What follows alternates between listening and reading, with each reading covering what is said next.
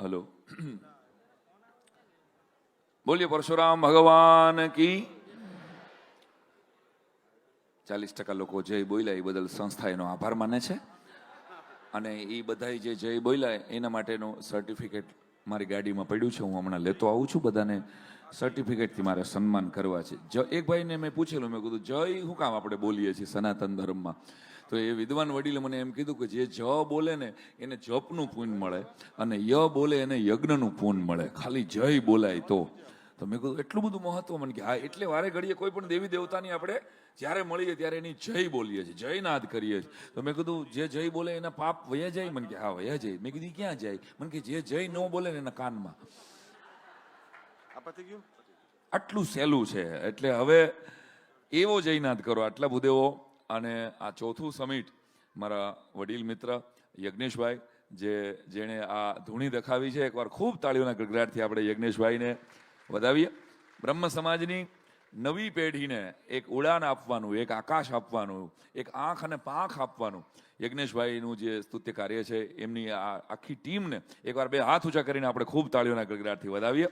અમારા જેવાને આમ રાજકોટથી અહીંયા ધક્કો ખાવાનું મન થાય કે ભાઈ આ કામ થાય છે તો એક 10 મિનિટ 15 મિનિટ તો યજ્ઞેશભાઈ, તમારા નાના ભાઈ તરીકે હું તો આ તમારા સત્કાર્યને પોંખવા માટે આવ્યો છું. હું તમારા ઓવારણા લઉં છું. સમાજ ભેગો થાય, 600 જેટલી કંપની ભેગી થાય અને 2 કે 3 દિવસમાં 3200 જેટલી નોકરી બ્રાહ્મણના દીકરાને મળે.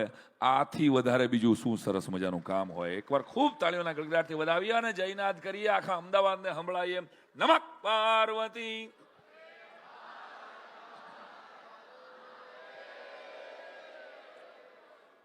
મહાદેવ હર બધા હારે બોલે ને એટલે મને તરત જ યાદ આવે. નાનપણમાં મહાદેવ હર બોલાય ને પછી તરત જ લાડુ આવતા હતા.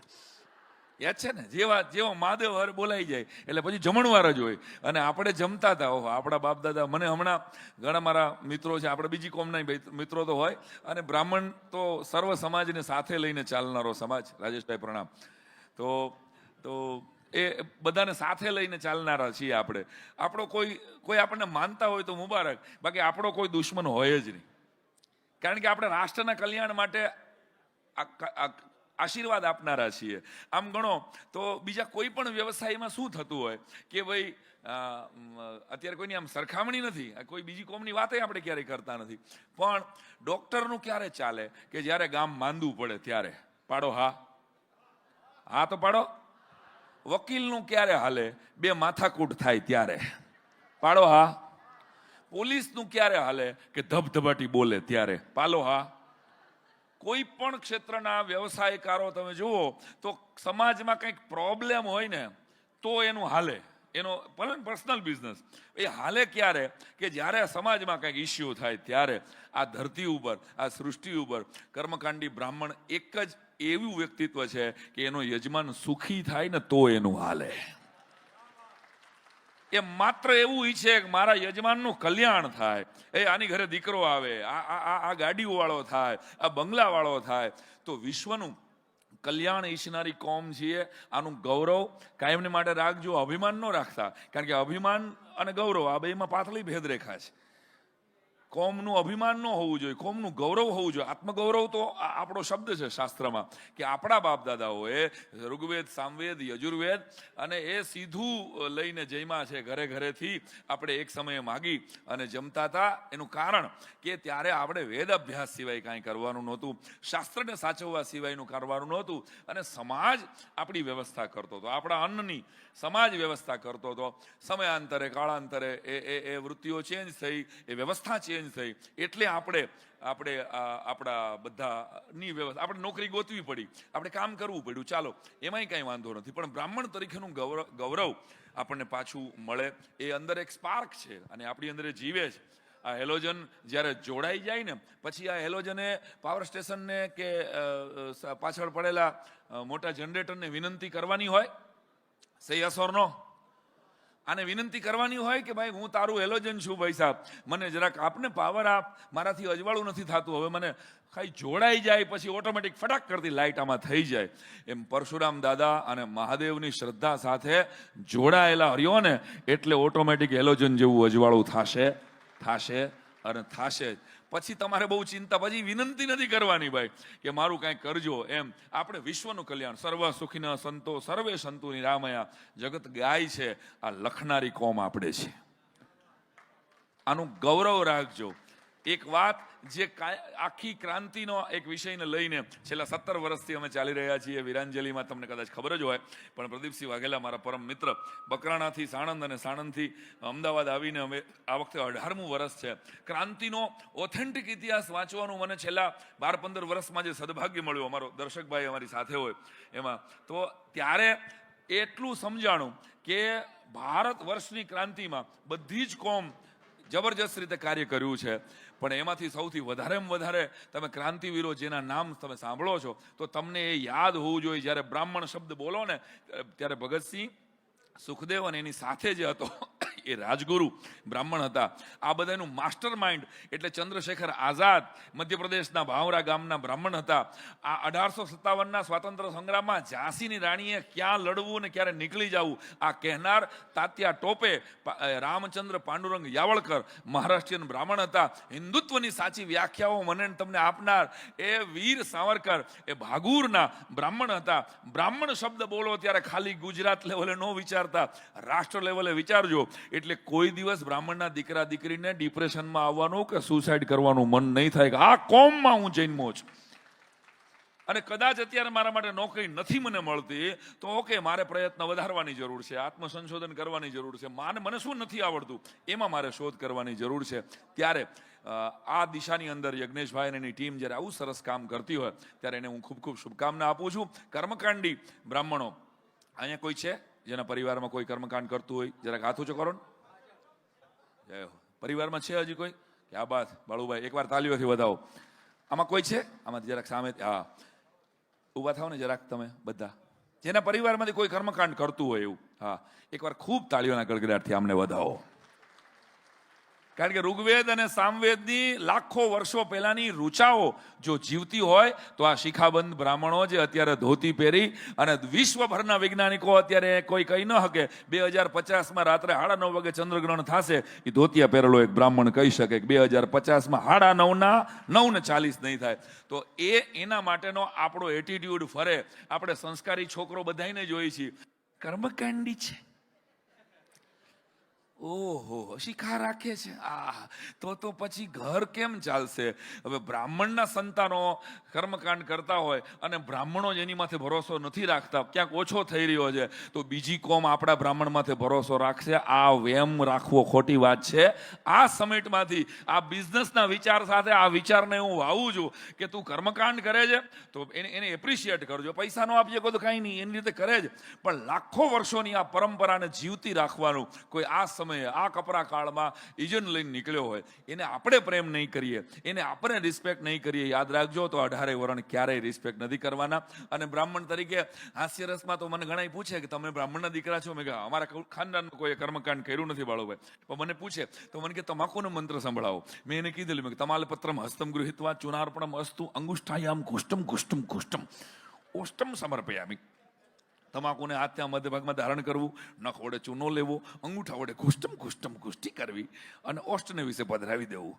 તમાકુનો મંત્ર સંભળાવ્યો અને પછી મને કહેતો બીડીનો મંત્ર સંભળાવો. મેં કીધું બીડી પત્રમ મુખમ ગૃહીત્વા અગ્નિ પ્રગટાભ્યામ અસ્તુ. બીડી પત્રમ મુખમ ગૃહીત્વા અગ્નિ પ્રગટાભ્યામ અસ્તુ. હા હા હા, હું બોલી લઉં. બધા કલાકાર જ હોય ને, તો નાયત છે ભાઈ. આ તો ખાલી વ્યવસ્થાના ભાગરૂપે તમે હામાં બેઠા છો, બાકી તમે બધા અહીંયા બેહીને આખી રાત બોલી શકો એવા હોશિયાર જ છો બધા. ના જો નજર ઉતારું છું. હા, નાયત તો નાયત છે ને, પંડ્યા જોશી. હમણાં અમે જોધપુર કાર્યક્રમમાં ગયેલા. ક્યાં ગયા યજ્ઞેશભાઈ? હા, તમે આવી રહ્યો 5 મિનિટ. એ ઓલું છે ને કે લગ્ન લીધા હોય ને જેને, એને અત્યારે વરના બાપુજીને જેટલું ટેન્શન હોય ને એટલું ટેન્શન યજ્ઞેશભાઈનું હોય. આ ભાઈ આવશે અને સરકારની અંદર એટલા બધા લોકોના હૃદયમાં યજ્ઞેશભાઈ છે, એટલે બધાની સાથે જોડાયેલા છે. યજ્ઞેશભાઈ અમે જોધપુર ગયા, ડાયરો કર્યો. એક ભાઈ મને આવીને કહી ગયો, મને કે રાવણ બ્રાહ્મણ હતો? મેં કીધું હા. તો મને કે એની અટક શું હતી? મગજમાં ખોબો પડી જાય ને ઘડી તો મને વિચારે રાવણ પંડ્યા, રાવણ ઉપાધ્યાય, રાવણ શુક્લ, રાવણ દવે. જરાક વિચારો તો કેવું લાગે? રાવણ મહેતા, હા મહેતા હશે. હારું મને એને ટેન્શન આપી દીધું રાજેશભાઈ. મેં કીધું હારું રાવણ કઈ નાયત નો બ્રાહ્મણ હતો એ ખબર છે, પણ પંડ્યા હતો, ઉપાધ્યાય હતો. રાવણ જોશી કેવું લાગે? રાવણ પોલીસ તો જોશી, કેવું લાગે? તો આ પોલીસ તો કહેવાનો અર્થ, મેં ભાઈ મને ખબર નથી, મારું એટલું બધું રાવણ ઉપર રિસર્ચ નથી, મારામાં તો રામ છે, મારા નામમાંય રામ છે અને મારા દિલમાંય રામ તો છે જ ને ભાઈ. તો રામ છે, મેં મને રામ વિશે થોડી ખબર છે, રાવણ વિશે બહુ ખબર નથી. એને પછી જે મારું જ્ઞાન વધાર્યું. અમુક લોકો હોય ને આવા, ખબર છે ને, જેની પાસે પ્રોપર્ટીનું પ્રદર્શન તો હોય જ, પણ અકલનું હોય. એ લોકો નાવા જતા હોય ને તો હાથ પગ ધોઈને જતા હોય. નથી સમજાણું હજી? આવા લોકો છે માર્કેટમાં. જાગો ગ્રાહક જાગો. એ પાણી ગાળીને પીવે છે અને ગામનું લોહી ડાયરેક્ટ પીવે છે. આવા લોકો આપણી નાતમાં છે, વેફરના પડીકા જેવા. માલ ઓછો હોય ને હવા જાજી હોય. જમીન ઉપરની વાત કર ને, કઈક સમાજને કામ લાગે એવી વાત કર ને ભાઈ. બ્રાહ્મણનું લોહી છે અને બ્રાહ્મણ જુદો પાડી જ ન શકે. પરશુરામ દાદાએ 21 વખત નક્ષત્રી જ્યારે કરી ત્યારે શું ખાલી બ્રહ્મ સમાજને જ ફાયદો થયો છે? સમગ્ર સમાજ માટે એને પરશુ ઉપાડીને, કે સમગ્ર સમાજનું કલ્યાણ થાય. આ રાજા જો ખોટા રસ્તે હોય તો એને ઉપાડી લેવો પડે. તો બ્રાહ્મણ પરશુ ઉપાડે કે બ્રાહ્મણ કલમ ઉપાડે, એ રાષ્ટ્રના કલ્યાણ માટે જ હોય. આ આપણા જીન્સ છે. એટલે આપણે બહુ ભેગા ન થાય, આપણે ટોળું ભેગું ન થઈ શકે. આ ઘણા નથી કહેતા વડીલોએ કે આપણી નાયત કોઈ દી ભેગી. આ વાત આ સમિટમાંથી નીકળો, ચોથી સમિટમાંથી, તો હવે ન કરવી. આ ભેગા થાય છે ચોથી સમિટમાં, આટલી નોકરીઓ, 600 કંપનીઓ અમદાવાદ જેવા સેન્ટરમાં આવે. એક તાલી તો બનતી હવે એના માટે. અને અહીંથી ઊભા થાવ, આ બ્રહ્મ સમાજના કોઈ પણ ફંક્શનમાં જાઓ, ત્યાંથી હું કાયમ કહું છું કે હું બહાર નીકળ્યા પછી તમે કેવા બ્રાહ્મણ, આટલું પૂછવાનું જો બંધ કરી દઈને તો આપણું કલ્યાણ થાય, આપણી આવનારી પેઢીનું કલ્યાણ થાય. તમે કે અવધિ જ છો, તમે શ્રીમાળી છો કે શ્રીગોળ? અરે ભાઈ છો, તારા ખભે જનોય છો, તું મારો ભાઈ છો, તું બ્રાહ્મણની દીકરી છો, તું મારી બેન છો. તો આટલું જો કરીએ મારી દ્રષ્ટિએ, તો બાકી બધું તો આપણા લોહીમાં છે, આપણે કરી લેશું ભાઈલા. સીધું ખાઈને, ગોખનું સીધું લોટ લઈને જો આપણા બાપ દાદાઓએ જમાવટથી એક ગૌરવ સાથે જિંદગી જીવી હોય તો અટાણે 12 ગાડીઓ જોઈ લેજો, એટલે ખબર પડે કે બ્રાહ્મણ ગરીબ કેટલો છે.